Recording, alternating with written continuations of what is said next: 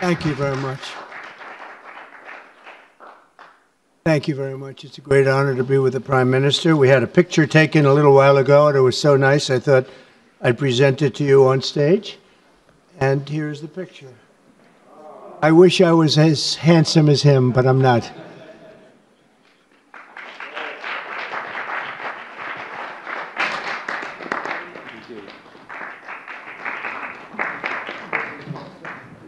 Okay, thank you. Oh.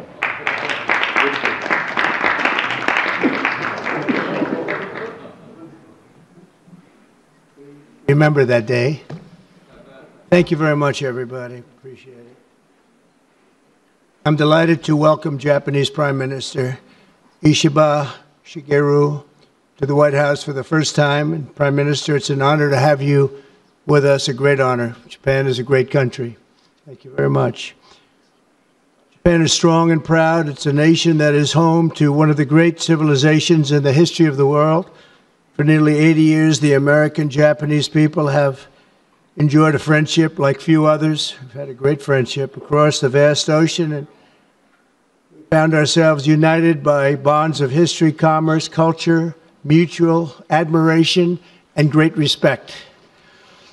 After our meeting today, I'm confident that the cherished alliances between our two countries and others also will continue to flourish long and into the future. The military cooperation between the United States and Japan is one of our closest security partnerships, and it's one of the closest we have anywhere in the world. Our service members work together every day to defend our common interests. Japan is committed to double its defense spending by 2027 compared to my first term. They've invested a lot of money because of my first term. We worked on that very hard with Shinzo. You know, the great Shinzo Abe, and we look forward to seeing even more so. Shinzo and I worked very, very long and hard, and those numbers are very reflective after my first term. And now they're going up very substantially based on our conversations today.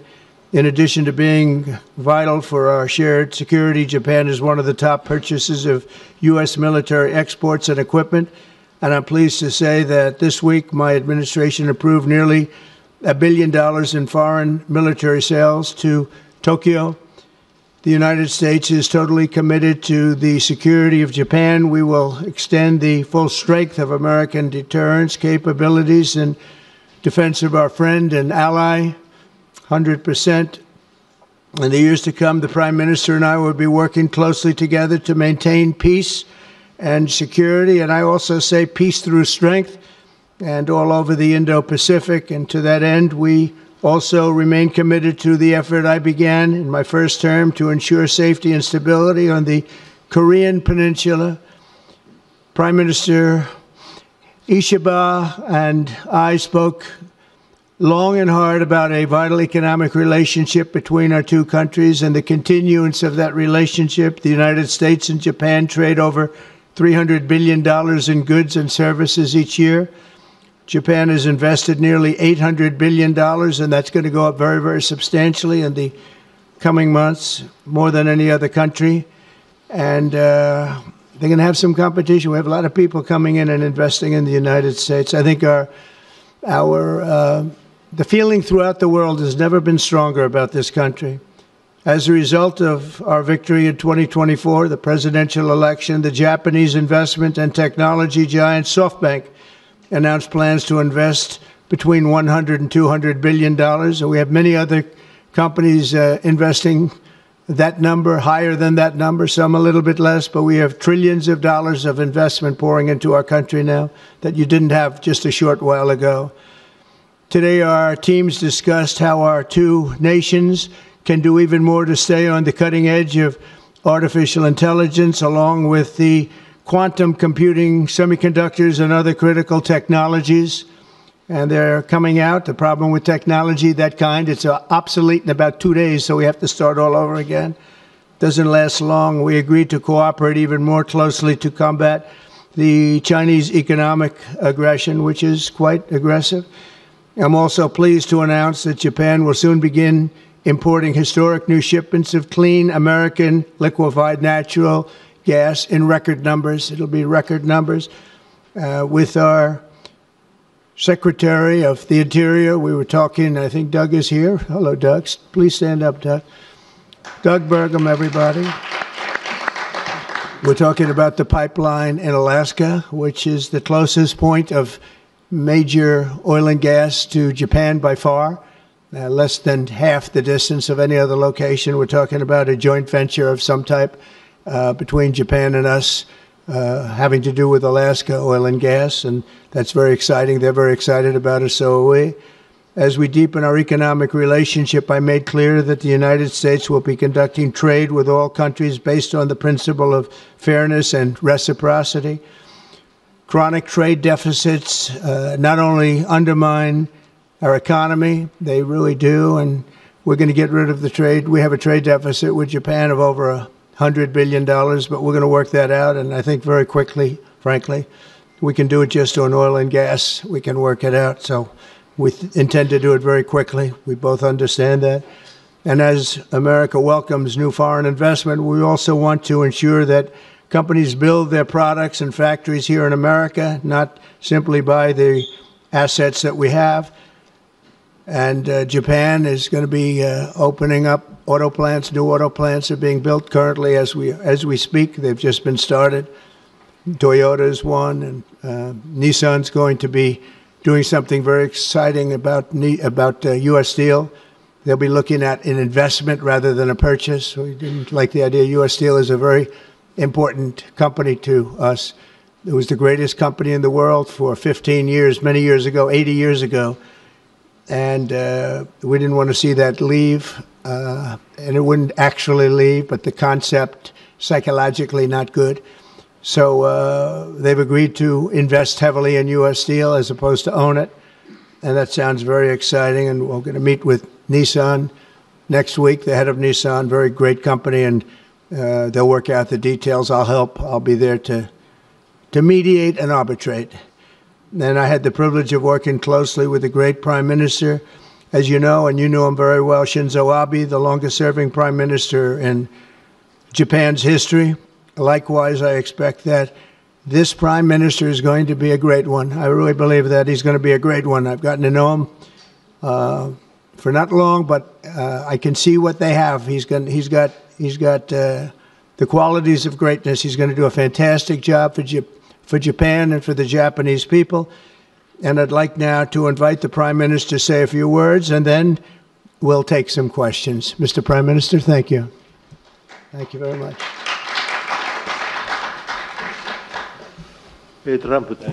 Mr. President Trump, I would like to sincerely thank you for inviting me to the White House today, immediately following your inauguration. I also thank you for your very warm hospitality.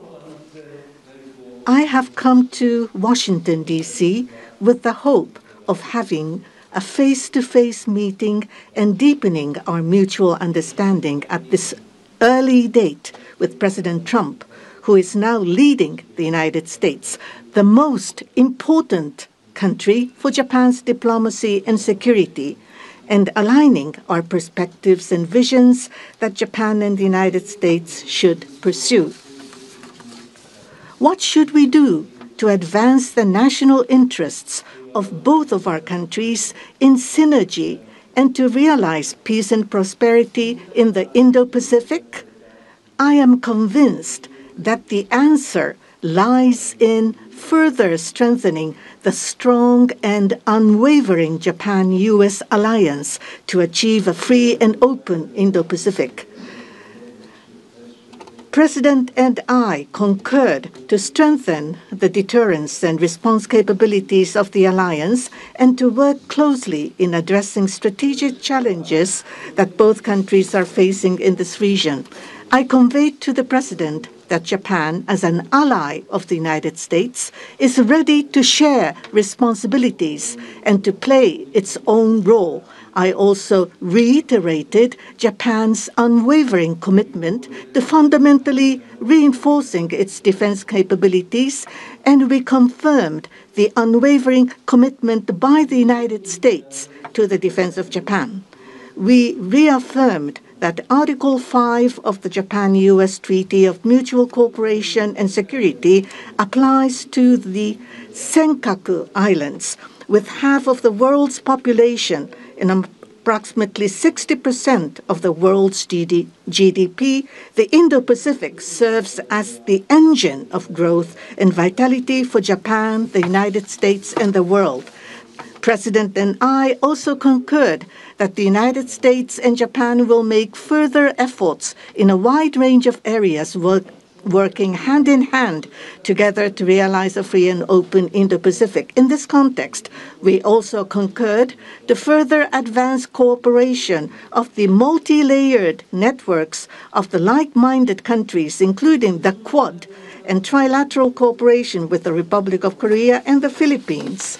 We also discussed Japan-United States cooperation to bring about growth and prosperity. Economic cooperation, including on economic security, is important from the perspective of strengthening alliance cooperation. Japan is the closest economic partner of the United States and has been the world's largest investor in the United States for 5 consecutive years. Also, with the inauguration of President Trump, the momentum for Japanese companies to invest in the United States is growing even stronger. Today, I conveyed my willingness to cooperate together to elevate Japan's investment in the United States to an unprecedented amount of $1 trillion. President Trump and myself also concurred to elevate the Japan-U.S. partnership to an even higher level through improving business environment and increasing bilateral investment and employment, strengthening each other's industries, leading the world in developing advanced technologies such as AI and leading-edge semiconductors, and strongly promoting efforts to harness the energy of the growing market in the Indo-Pacific region. We also confirmed that we will cooperate to strengthen energy security between the two countries, including increasing exports of United States liquefied natural gas to Japan in a mutually beneficial manner. Regarding foreign exchange, as in the first Trump administration, close discussions will continue between Japanese and the U.S. finance ministers who are experts in this field. We also held candid discussions on challenges the Indo-Pacific region is facing. We confirmed that we are resolved not to allow unilateral attempts to change the status quo by force or coercion, and to oppose such attempts in the East and South China Seas in order to fully defend a free and open Indo-Pacific.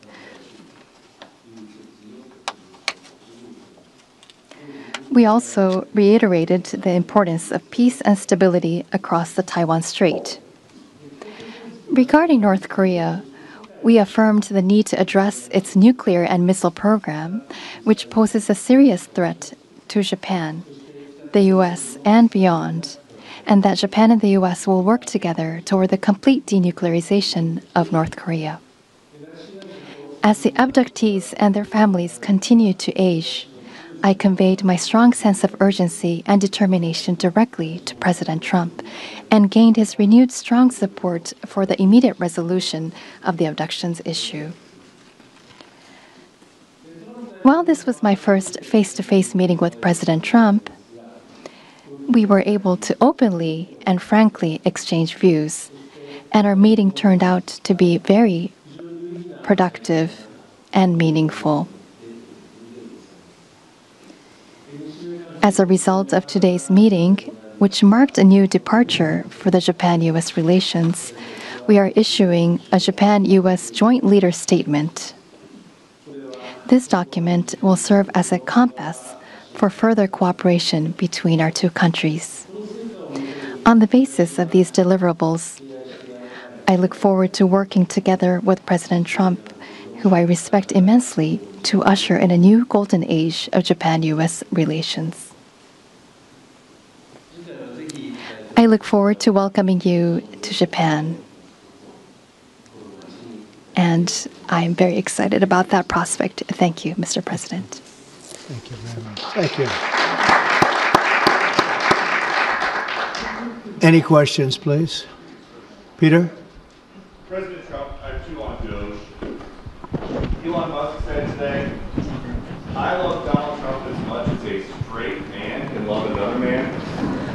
What does the First Lady think about that? Oh, I think she'll be okay with it somehow. So, Democratic lawmakers are really upset that Doge engineers have access to these Treasury payment systems. The Senate Intel Defense wrote a letter to Susan Wiles. They're saying that these systems are used to disperse trillions of dollars each year and contain everyday Americans' personal information like social security numbers, home addresses, bank accounts. Why does Doge need all of that? Well, it doesn't, but they get it very easily. I mean, we don't have very good security in our country, and they get it very easily. And what we're doing, if you look at what has just taken place with respect to some of the investments that have been made on another agency that people have been talking about for years, but nobody did anything about it, it's absolutely obscene, dangerous, bad, very costly. I mean, virtually every investment made is a con job. There's nothing of value to anybody unless there's a kickback scheme going on, which is possible. And we're going to be doing more and more of that. We're going to be looking at Department of Education. We're going to be looking at even our military. We're going to be looking at tremendous amounts of money, Peter, being spent on things that bear no relationship to anything and have no value. We're talking about trillions of dollars. It will be, in the end, trillions of dollars being absolutely wasted and perhaps illegally. I would say certainly in many cases illegally, but perhaps illegally overall. And I'm very proud of the job that this group of young people, generally young people, but very smart people, they're doing. They're doing it at my insistence. It would be a lot easier not to do it, but we have to take some of these things apart to find the corruption. And we found tremendous corruption. You mentioned the Department of Education. What did you think when you saw Democratic lawmakers trying to get into the Department of Education earlier today? Oh, I see the same ones. I see Maxine Waters, a lowlife. I see, you know, all these people. They don't love our country. They don't love our country. We want great education. So they rank 40 countries in education. We're ranked dead last. But the good news is we're number one in one category. You know what that is? Cost per pupil. We spend more per pupil than any other country in the world. You look at Norway, Denmark, Sweden, various countries all up and down, Finland, China does very well in education. And then you look at us. We spend much more money than they do per pupil or any other way. But we spend much more money than they do, and yet we're ranked this year, Biden's last year, congratulations, Joe, we're ranked dead last. So what I want to see is education. Number one, I like choice. We all like choice. But beyond choice, long beyond choice, I want to see it go back to the states where great states that do so well have no debt. They're operated brilliantly. They'll be as good as Norway or Denmark or Sweden or any of the other highly ranked countries. They'll be, you probably have 35 to 38 states will be right at the top. And the rest will come along. They'll have to come along competitively. And by the way, we'll be spending a lot less money. And we'll have great education. As part of this Doge cost-cutting effort, one of the Doge engineers was fired for some inappropriate posts. The vice president says, bring him back. What do you say? Well, I don't know about the particular thing, but if the vice president said that, did you say that? I'm with the vice president. Thank you, Peter. Yeah, go ahead, please. Yes, red dress. Thank you so much, Mr. President. Just how strong do you want Japan's military to be? And do you specifically hope that their increased military spending will deter China and North Korea? What did you talk about that today? Well, I want our military to be the strongest. I also don't mind spending so much money on the military because we build it here. It's made in the USA, all made in the USA. We have, you know, I rebuilt our military during my first term. Did a great job. We left some of it behind in Afghanistan, stupidly. There was no reason for that, but it was still as much as it was. It was billions and billions of dollars, but it was a small part of it. But we're going to have the strongest military by far. We have great people. I want to congratulate Pete Hegseth for having gone through the gauntlet. He went through a lot, but he got through, and he's going to be a tremendous, I have no doubt he's going to be a tremendous leader. And other of the leaders sitting here, they're in their own fields. We're going to do something very, very, very great, and we expect great things. But I expect the strongest military by far in the world, far stronger than China, far stronger than anybody, and that's the way it is. Thank you very much. Would you like to ask a question, please? Go ahead. Thank you, Mr. President. Thank you. This is Hiramoto from Nippon Television. My question, let me ask two quick questions. Sure. First, this is the first meeting between Mr. President and Prime Minister Ishiba. So what kind of impression do you have on him? And number two, do you have an idea or do you have a plan to impose tariff against Japan so far? Thank you. I think that he is going to be a great prime minister. I think he's a very strong man, very, very strong. I have great respect for him. I've known him for a long time through a reputation. Shinzo Abe thought the world of him, and I think he's going to do a fantastic job as prime minister. A very strong person. I wish he wasn't so strong. I wish he was a little bit weaker than that, but that's what I got. I have to get strong guys all the time. He's going to be a great prime minister. I also, in terms of tariffs, I mean, we're going to have tariffs, mostly reciprocal tariffs, where we go with, and I'm going to be probably meeting on that Monday or Tuesday, have an announcement, probably a news conference, but probably reciprocal tariffs where a country pays so much or charges us so much, and we do the same. So very reciprocal, because I think that's the only fair way to do it. That way, nobody's hurt. They charge us, we charge them. It's the same thing. And I seem to be going in that line as opposed to a flat fee tariff. Okay? Yes, go, please. Please, go ahead. Why don't you go ahead?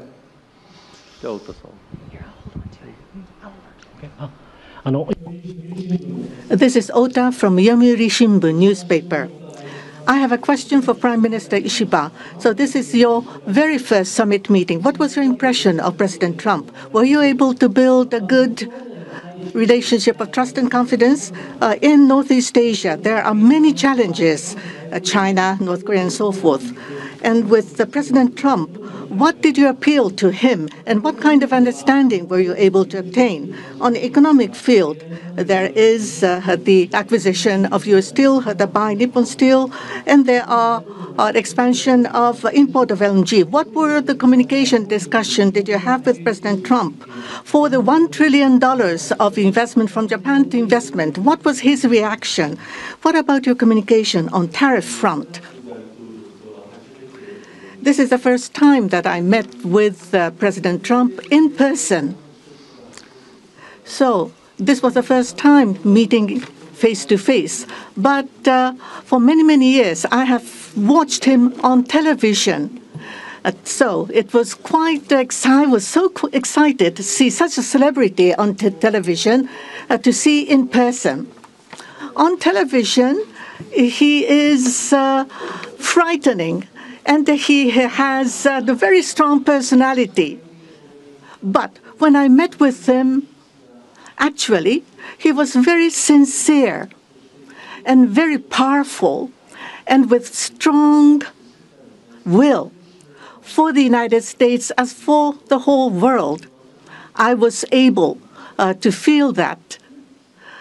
This is not the sort of polishing or trying to suck up to him.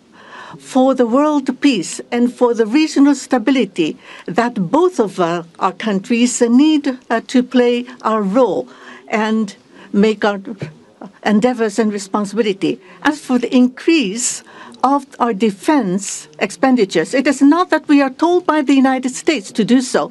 Japan, on our own decision, and on our own responsibility, we need to increase our defense expenditures. But of course, we need to communicate and consult with the United States. But the responsibility is with Japan, and the decision is with Japan. Now, on the tariffs, that if it is mutually beneficial, tariffs need to be set.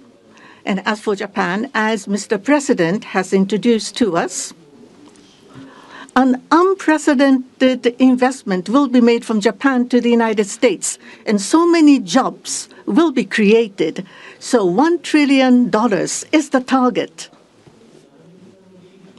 And this will be to the benefit of the United States, but also to the benefit of Japan as well. Investment is mutually beneficial. So be it with U.S. Steel, as Mr. President says, it is not acquisition, it is investment. So the Japanese technology will be provided, and the better quality products will be manufactured in the United States, and the U.S. Steel will make products which will contribute not only to the United States and Japan, but also to the whole world. It is not one-sided. It will be reciprocal. It will be mutually beneficial. And I believe we were able to share on this, and that is the biggest result that I have seen today. Thank you very much. Go ahead, please. Yeah. I wanted to ask you about that U.S. Steel deal. So you're saying that is this a restructuring of the deal that's happening, and then will you approve? They're doing it as an investment, no longer a purchase. Okay. I didn't want it purchased, but investment I love. And they're going to do a big investment, subject to getting the deal done. And that's they'll be something doing you a would big. approve, where the US, I'm okay with that, sure. And for the Prime Minister, what was your argument to the President related to U.S. Steel? And one more on tariffs, Mr. President, if I could. You said on tariffs that you'd like them to be reciprocal, back and forth. What was the reception from the Japanese Prime Minister when you said that, or when you talked Well, about we didn't discuss tariffs too much. We really discussed many other things, including the pipeline in Alaska, which I think is going to be maybe the most exciting thing with Doug and Chris.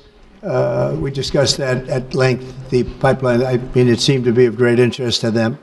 It's we have potentially more oil and gas than in Saudi Arabia, just in Alaska. We have the most of any country in the world. It's a big asset for the United States, but we haven't used it. We go to Venezuela, we go to other places to take oil and gas, and we have more than anybody. It's an amazing phenomenon that took place over the last 4 years. Nobody understands it, including the people that were in charge of it. They had no clue what they were doing. So it was a big problem. They were surprised actually too. They were saying why didn't they wouldn't sell them LNG. They wouldn't sell it. Japan wanted to buy LNG, and Biden wouldn't sell it. And I'm trying to figure that one out. Maybe it was the environment. You might answer that question. He's curious about that himself, I think. Thank you very much.